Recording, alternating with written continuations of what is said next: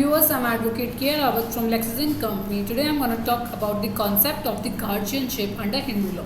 So, starting from the introduction part, guardian means a person who is taking care of a minor person or of his property or both minor and his property. The Guardian and Wards Act passed in the year 1890 and given the power to the district court of appointing a guardian for a minor child belonging to any community. Afterwards, the Hindu law of guardianship of minor child has been codified and reformed by the Hindu Minority and Guardianship Act 1956, whose object is in the interest and welfare of the minor child because they are incapable of taking care of themselves or handling his affairs.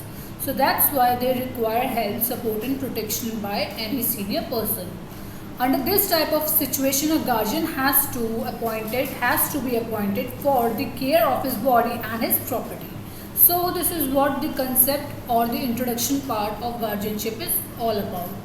Now coming to the concept of the natural guardian, Hindu law recognizes three persons as a natural guardian. Number one, mother, number one, father, then mother, and then husband.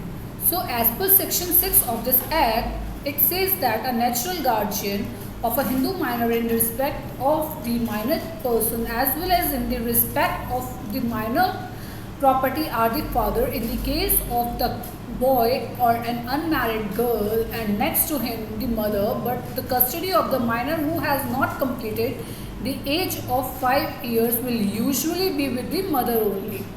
The natural guardian in the case of an illegitimate boy or illegitimate unmarried girl will be the mother and then her father, and in the case of a married girl the natural guardian will be the husband.